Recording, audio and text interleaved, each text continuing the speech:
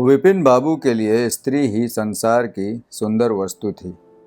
वो कवि थे और उनकी कविता के लिए स्त्रियों के रूप और यौवन की प्रशंसा ही सबसे चित्ताकर्षण का विषय था।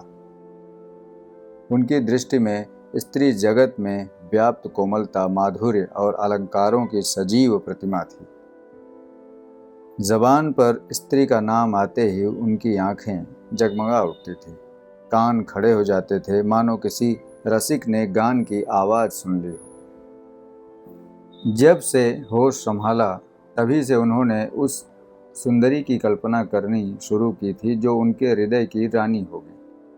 उसमें उषा की प्रफुल्लता होगी, पुष्प की कोमलता, कुंदन की चमक, बसंत की छवि, कोमल की ध्वनि। ये कवि वर्णित सभी उपमाओं से विभूषित होगी। वो उस कल्पित मूर्ति के उपासक थे। कविताओं में उसका गुण गाते, मित्रों से उसकी चर्चा करते, नित्य उसी के ख्याल में मस्त रहते थे। वो दिन भी समीप आ गया था जब उनकी आशाएं हरे हरे पत्तों में लहराएंगी, उनकी मुरादें पूरी होंगी। कॉलेज की अंतिम परीक्षा समाप्त हो गई थी और विवाह के संदेशे आने लगे थे। विवाह तय हो गया। विपिन बाबू ने कन्या को देखने का बहुत आग्रह किया, लेकिन जब उनके मामू ने विश्वास दिलाया कि लड़की बहुत ही रूपवती है, मैंने उसे अपनी आँखों से देखा है, वो तब राजी हो गए। धूमधाम से बारात निकली और विवाह का मुहूर्त आया। वधू आभूषणों से सजी मंडप में आई तो विपिन को उसके हाथ पांव नजर आए। कितनी सुंदर उंगलियां थी, मानो दीप शिखाएं हों। अंगों की शोभा कितनी मनोहारिणी थी। विपिन फूले न समाये। दूसरे दिन वधू विदा हुई तो वो उसके दर्शनों के लिए इतने अधीर हुए कि ज्यों ही रास्ते में कहारों ने पालकी रख कर मुँह हाथ धोना शुरू किया, आप चुपके से वधू के पास जा पहुँचे। वो घूंघट हटाए पालकी से सिर निकाले बाहर झांक रही थी। विपिन की निगाह उस पर पड़ गई।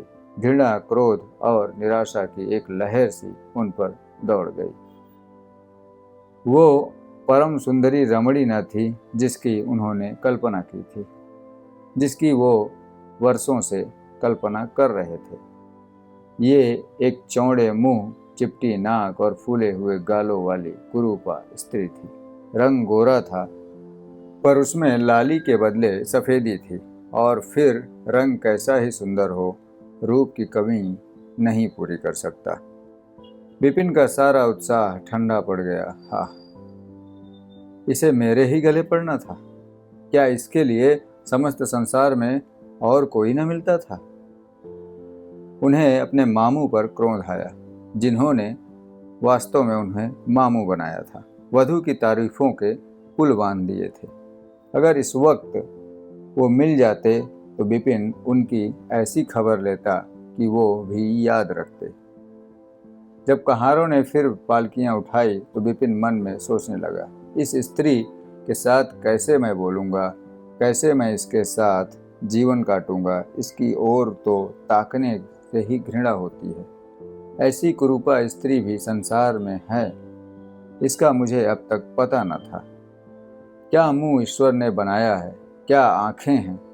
मैं और सारे ऐबों की ओर से आंखें बंद कर लेता, लेकिन वो चौड़ा सा मुंह। भगवान, क्या तुम्हें पृथ्वी पर ये वज्रपात करना था? विपिन को अपना जीवन नरक सा जान पड़ता था। वो अपने मामू से लड़ा, ससुर को लंबा खर्रा लिखकर फटकारा, माँ बाप से हुज्जत की, और जब इससे शांति न हुई तो कहीं भाग जाने की बात सोचने लगा। आशा पर उसे दया अवश्य आती थी। वो अपने को समझाता कि इसमें उस बेचारी का क्या दोष है। उसने ज़बरदस्ती तो मुझसे विवाह नहीं किया, लेकिन ये दया, ये विचार उस घृणा को जीत न सकता था, जो आशा को देखते ही उसके रोम रोम में व्याप्त हो जाती थी। आशा अपने अच्छे से अच्छे कपड़े पहनती, तरह तरह से बाल संवारती, घंटों आईने के सामने खड़ी होकर अपना श्रृंगार करती, लेकिन विपिन को ये शुतुरंग मजा से मालूम होते। वो दिल से चाहती थी कि उन्हें प्रसन्न करूं, उनकी सेवा के लिए अवसर खोजा करती थी, लेकिन विपिन उससे भागा भागा फिरता था। अगर कभी भेंट हो भी जाती तो कुछ ऐसी जली कटी बातें करने लगता कि आशा रोती हुई वहाँ से चली जाती। सबसे बुरी बात यह थी कि उसका चरित्र भ्रष्ट होने लगा। वो ये भूल जाने की चेष्टा करने लगा कि मेरा विवाह हो गया है। कई कई दिनों तक आशा को उसके दर्शन भी न होते। वो उसके कह कहे की आवाज़ें बाहर से आती हुई सुनती, झरोखों से देखती कि वो दोस्तों के गले में हाथ डाले सैर करने जा रहा है, और तड़प कर रह जाती। एक दिन खाना खाते समय उसने कहा, अब तो आपके दर्शन ही नहीं होते, क्या मेरे कारण घर छोड़ दीजिएगा? विपिन ने मुंह फेर कर कहा, घर ही पर तो रहता हूँ, आजकल जरा नौकरी की तलाश में हूँ, इसलिए थोड़ा दौड़ धूप ज़्यादा करनी पड़ती है। आशा, किसी डॉक्टर से मेरी सूरत क्यों नहीं बनवा देते? सुनती हूँ आजकल सूरत बनाने वाले डॉक्टर पैदा हुए हैं। क्यों ना हक चिढ़ाती हो? यहाँ तुम्हें किसने बुलाया था? आशा, आखिर इस मर्ज की दवा कौन करेगा? इस मर्ज की दवा नहीं है। जो काम ईश्वर से न करते बना, उसे आदमी क्या बना सकता है? आशा, ये तो तुम ही सोचो कि ईश्वर की भूल के लिए मुझे दंड दे रहे हो। संसार में कौन ऐसा आदमी है जिसे अच्छी सूरत बुरी लगती हो? लेकिन तुमने किसी मर्द को केवल रूपहीन होने के कारण कुंवारा रहते देखा है? रूपहीन लड़कियां भी माँ बाप के घर नहीं बैठी रहती, किसी न किसी तरह उनका निर्वाह हो ही जाता है। उसका पति उन पर प्राण न देता हो, लेकिन दूध की मक्खी नहीं समझता। विपिन ने झुंझला कर कहा, क्यों नाहक सिर खाती हो? मैं तुमसे बहस तो नहीं कर रहा हूं ना। दिल पर जब्र नहीं किया जा सकता, और न दलीलों का उस पर कोई असर पड़ सकता है। मैं तुम्हें कुछ कहता तो नहीं हूं, फिर तुम क्यों मुझसे हुज्जत करती हो? आशा ये झिड़की सुनकर चली गई। उसे मालूम हो गया कि उन्होंने मेरी ओर से सदा के लिए हृदय कठोर कर लिया है। विपिन तो रोज सैर सपाटे करते, कभी कभी रात गायब रहते। इधर आशा चिंता और नैराश्य से घुलते घुलते बीमार पड़ गई, लेकिन विपिन भूल कर भी उसे देखने न आता। सेवा करना तो दूर रहा, इतना ही नहीं, वो दिल में मनाता था कि वो मर जाती तो गला छूटता। अब की खूब देखभाल कर अपनी पसंद का विवाह करता। अब वो और भी खुल कर खेला खेला। पहले आशा से कुछ दबता था, कम से कम उसे ये धड़का लगा रहता था कि कोई मेरी चाल ढाल पर निगाह रखने वाला भी है। अब वो धड़का भी छूट गया। कुवासनाओं में ऐसा लिप्त हो गया कि मर्दाने कमरे में ही जमघटे होने लगे। लेकिन विषय भोग में भी सिर्फ धन का ही सर्वनाश नहीं होता, इससे कहीं अधिक बुद्धि और बल का भी सर्वनाश होता है। विपिन का चेहरा पीला पड़ने लगा, देह भी क्षीण होने लगी, पसलियों की हड्डियां निकल आई, आँखों के इर्द गिर्द गड्ढे पड़ गए। अब वो पहले से कहीं ज़्यादा शौक करता, नित्य तेल लगाता, बाल बनवाता, कपड़े बदलता, किंतु मुख पर कांति न थी। रंग रोगन से क्या हो सकता है? एक दिन आशा बरामदे में चारपाई पर लेटी हुई थी। इधर हफ्तों से उसने विपिन को न देखा था। उन्हें देखने की इच्छा हुई। उसे भय था कि वो न आएंगे, फिर भी वो मन को रोक न सकी। विपिन को बुलावा भेजा। विपिन को भी उस पर कुछ दया आ गई, आकर सामने खड़े हो गए। आशा ने उनके मुंह की ओर देखा तो चौंक पड़ी। वो इतने दुर्बल हो गए थे कि पहचानना मुश्किल था। बोली, क्या तुम भी बीमार हो क्या? तुम तो मुझसे भी ज्यादा घुल गए हो। जिंदगी में रखा ही क्या है जिसके लिए जीने की फिक्र करूं? अरे जीने की फिक्र ना करने से कोई इतना दुबला नहीं हो जाता। तुम अपनी दवा क्यों नहीं करते? ये कहकर उसने विपिन का दाहिना हाथ पकड़कर अपनी चारपाई पर बैठा दिया। विपिन ने भी हाथ छुड़ाने की चेष्टा न की। उनके स्वभाव में इस समय एक विचित्र नम्रता थी जो आशा ने कभी न देखी थी। बातों से भी निराशा टपकती थी। अक्खड़पन था, क्रोध की गंध भी न थी।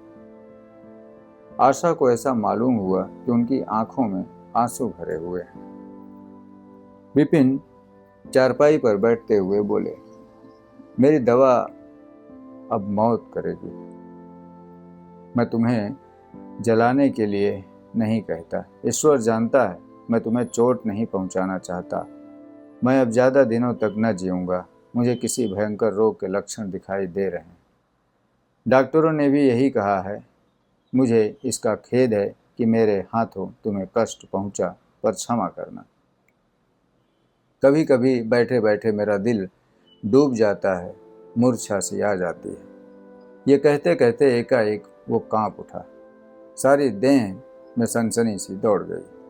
मूर्छित होकर चारपाई पर गिर पड़ा और हाथ पैर पटकने लगा। मुंह से हिचकुर निकलने लगा। सारी देह पसीने से तर हो गई। आशा का सारा रोग हवा हो गया। वो महीनों से बिस्तर न छोड़ सकी थी, पर इस समय उसके शिथिल अंगों में विचित्र स्फूर्ति दौड़ गई। उसने तेजी से उठकर विपिन को अच्छी तरह लिटा दिया और उनके मुंह पर पानी के छींटे देने लगी। महरी भी दौड़ी आई और पंखा झलने लगी। बाहर खबर हुई। मित्रों ने दौड़कर डॉक्टर को बुलाया। बहुत यत्न करने पर भी विपिन ने आंखें न खोली। संध्या होते होते उनका मुंह टेढ़ा हो गया था और बायां अंग शून्य पड़ गया था। हिलना तो दूर रहा, मुंह से बात निकलना भी मुश्किल हो गई। ये मूर्छा न थी, फालिज थी। कहते हैं फालिज में रोगी की सेवा करना आसान काम नहीं। उस पर आशा महीनों से बीमार थी, लेकिन इस रोग के सामने वो अपना रोग भूल गई। 15 दिनों तक विपिन की हालत बहुत नाजुक रही। आशा दिन के दिन और रात की रात उसके पास बैठी रहती।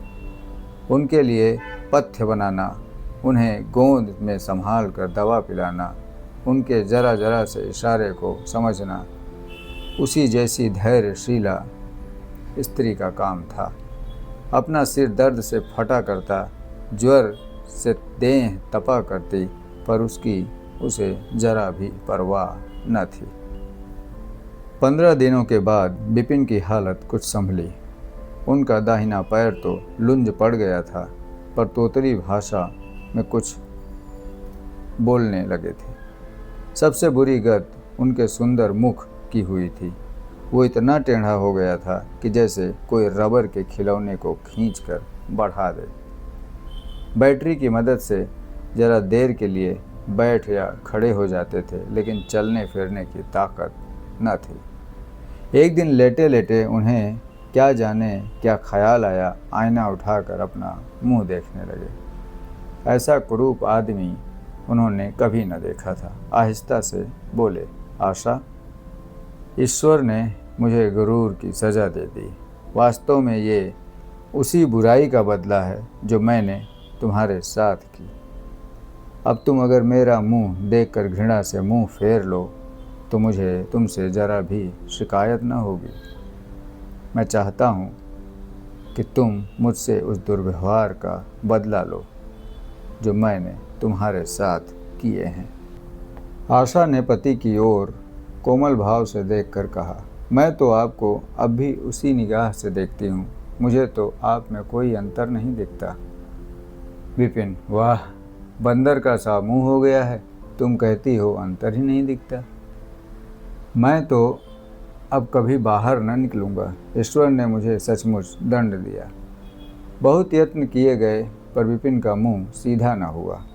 मुख का बायां भाग इतना टेढ़ा हो गया था कि चेहरे देखकर डर मालूम होता था। हाँ, पैरों में इतनी शक्ति आ गई थी कि वो अब चलने फिरने लगा था। आशा ने पति की बीमारी में देवी की मनौती की थी। आज उसी पूजा का उत्सव था। मोहल्ले की स्त्रियां बनाव श्रृंगार किए जमा थी। गाना बजाना हो रहा था। एक सहेली ने पूछा, क्यों आशा, अब तो तुम्हें उनका मुंह जरा भी अच्छा न लगता होगा? आशा ने गंभीर होकर कहा, मुझे तो पहले से कहीं ज़्यादा अच्छा मालूम होता है। चलो बातें बनाती हो। नहीं बहन, सच कहती हूँ, रूप के बदले मुझे उनकी आत्मा मिल गई, जो रूप से कहीं बढ़कर है।